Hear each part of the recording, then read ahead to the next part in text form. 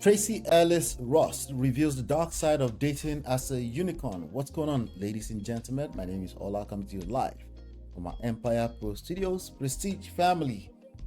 Well, I'm on a roll here, so please make sure you're sharing, liking, sharing, subscribing, all that good stuff. So make sure you're subscribing. Let's talk about Tracee Ellis Ross. Make sure you're still supporting.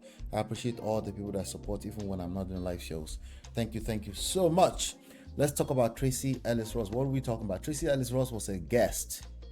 She was, let me see how many minutes I have here. I want to make sure that I'm not wasting your time. Content, videos. All right. Shout out to the studio.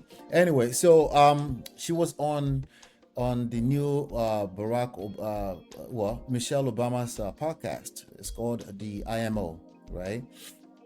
She was on there as a guest, and she had a few things to say about the dating scenes today. She's 52 years old, Tracee Ellis Ross. Let me see here. Let's make sure. If you don't know who she is, she's an actress. She's also the daughter of the legendary Diana Ross. Just in case you don't know who she is, she's a very, very, very powerful lady. She's also a very pretty lady, and your guess is just as good as mine. So her real name, Tracee Joy Sebastian, known professionally as Tracee Ellis Ross, an American actress. She's a singer. Okay, all right, so while we're talking about her, let's get straight to the gist here. We don't have time, right? I'm going to play this video and then we'll talk. We digress. Yes, that's okay. No longer are we dating people? No, but I am. Yeah, I was about to say. Yeah. I was like, Tracee's, my girl. Yeah, I mean, the tales from the road. And I bring stories. All right, so she's dating, right? I guess that's a good thing. She's born in 1972, 52 years old. I don't think never be married, no children, So she's dating. Good for her, right? Let's keep going. She's home. She's Bring back to Michelle's stories. I'm like, stuff. what's happened in the last several months? And it's always eventful. It's always Yes. good. Well, the thing is, I stay open. Mm-hmm. I'm probably more Way open. Yes. Oh my God, that sounded so wrong. I didn't mean that. Mom. My heart, stays your open. family. my heart stays open. Your heart more literally open than it stays open. should. Yes. Yeah, that was Okay. right. All right. More open correction. than it should be, but I do date, and it's a fascinating adventure out there. Most All right, so I guess that's a nice way to say it's a cesspool out there. She dates, and she say it's interesting out there, right? All right. Let's continue. She's dating. She's gonna tell us a little bit more. She's gonna tell a little something about being a unicorn. That's the part I'm waiting for. Mostly, though, I think there's really good men out there. I think to a certain extent, I'm a very unique sort of. See, it's not what you think. She thinks there are good men out there. So it's not what you think. That's shout out to her. Of course, there are good men out there. There are good women out there. There are good men out there. But the dating in social media age is an interesting thing. Let's keep going. Unicorn of a woman, Yes, you and are. so Wait, it's what? gonna Let's go back. I think there's really good men out there. I think to a certain extent, I'm a very unique sort of unicorn of a woman, Yes, you and A unique sort of unicorn of a woman. We're getting somewhere. Hold on 1 second. Hold on. She's a unique sort of a unicorn woman. What does she mean by that? Let's keep listening. so it's gonna take a unique person. Mhm. And in the meantime, I have really learned how to live my life and Yeah. enjoy it and not sit around waiting. All right, so she's gonna wait for a unique unicorn type of man. All right, so what is the danger in thinking of yourself as a unicorn? Well, it's the same statement when we say do what works for you, right? It's the same, it's the same thing, right? Because after all, we're all unique. I say that too. Depends on the context, of course. I do say that. But it depends on the context. That's why you cannot take my words, carbon copy pastes on every story, because if you collect. But anyway, I do say that. But now for this particular topic, in terms of dating, and then there's something consistent here. There's a common denominator here. She was the same person 3 decades ago. She was the same person 2 decades ago. She's the same person 1 decade ago. There's a common denominator there. At some point, you can't really think of yourself as a unicorn. That's That's interesting. You can't see yourself as a unicorn at a certain point. You have to look at it. Okay, there's a pattern here. There's something I'm repeating here. So even if you are a unicorn, the pattern you are repeating is not unicorn necessarily. There's something you can learn from it. Let's see what she learned from it. But it's becoming more and more of a dangerous rhetoric to say, do what works for you. There's no rules. You're unique. Everybody's unique. No, there are rules. That's the reality. There are patterns. We have a lot more in common than we like to admit. That's the reality. No. Sorry. Did that mean reality? That's the truth. That's the reality. That's the truth. We have a lot. Me and you, we have a lot more in common than you would like to admit. You would like to think, no, your own is just unique. I just happen to be lucky. Or, if you're praying to become lucky, you're praying that God will only see just you among 8 billion people and somehow you're different. It's a dangerous rhetoric, okay? Is it working for her? Because if it's working for her, I'm happy for her. Let's see. Let's find out. I was saying to someone recently that I'm one of the first generations of choice, and it's not anymore, which really, there was a window and that has shifted. And I do think that that's going to change dating for women so much. When you mean you've been the product of choice. Yeah, like the assumption of Roe v. Wade and the ability for a woman to find her own delight and pleasure and choice around how she navigates dating or how one would navigate dating. And we're in a different world now. Right, and I'm curious what that will look like. No, you're going to tell us because you're the one dating now at the age of 52.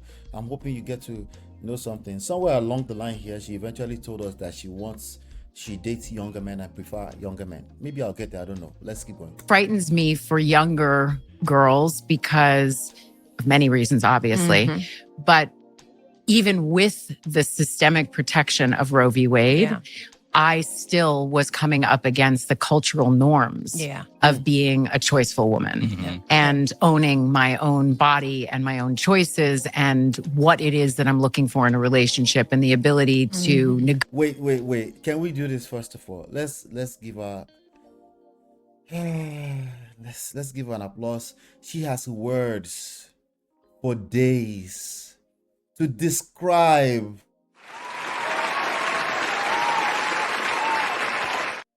She has words for days, for years to describe whatever it is that she's trying to justify here is bullshit. Let's continue. Negotiate in a relationship what it is you want the relationship to be between the two of you, as opposed to what society says it should be. Well, that's different. Wait, I don't know. It's just you as opposed to what the society says it should be. As you know, here I cover social intelligence. I'm not just going to tell you to be intentional. No, you have to be intentional with respect to emotional intelligence. That includes social intelligence. That includes understanding influence as against control, right? And so many other things, self-power, social seduction, attraction, emotional intelligence, right? So social intelligence is a part of that. You can't just pretend that you don't live in a society or that you're not a function or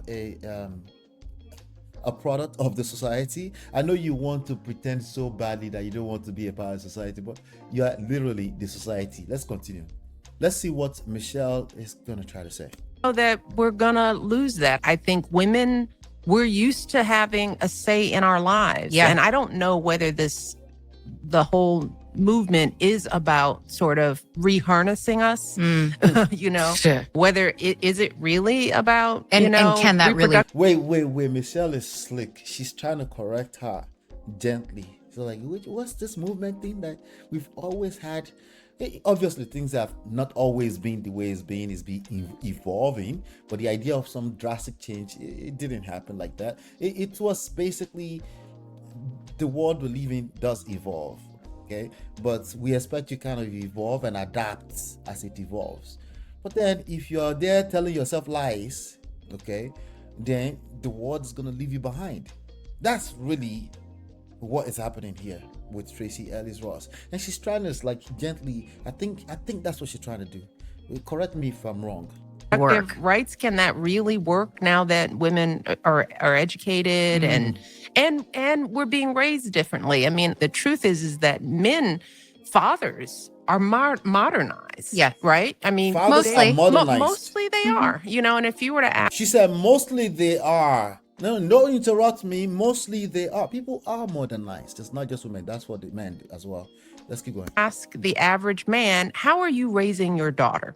Because you love her. The average father that loves their daughter wants them to be excellent, you know, and they want them to have opportunity and freedom. And when you think about who, you don't want your daughter saddle marrying some guy that chose her because he just didn't think about anything else and who believes that her body is his choice. Exactly. So I don't think a lot of leaders are thinking about that. You know? Well, and they haven't been asked to, because I think it's not always a context that if it's an area that you don't have to think into. Right. But I think there is, it is a genuine, regular thought process for me. It's too much English. Oh, it's a regular podcast. This podcasting, they've said it is to cast everybody. When you talk too much, you just tell on yourself. But let's keep going. She's trying to correct, but they're trying to weave each other into each other. Bottom line is what? You're not a unicorn. You're not, okay? You're not. I get the point. You're a star, you're a rock star, you're a superstar. It might be a little bit different. But even in that world, we can see some patterns. Some people have successfully done what you want. Let's keep going. One of the reasons, I mean, we've talked about this, that often I date younger men. And a lot of process for me, it's one of the reasons, I mean, we've talked about this, that often I date younger men. And a lot of it is because... Let's stop on that, folks. She said, let's stop right there. Stop. You date what? You date younger men. Okay, all right.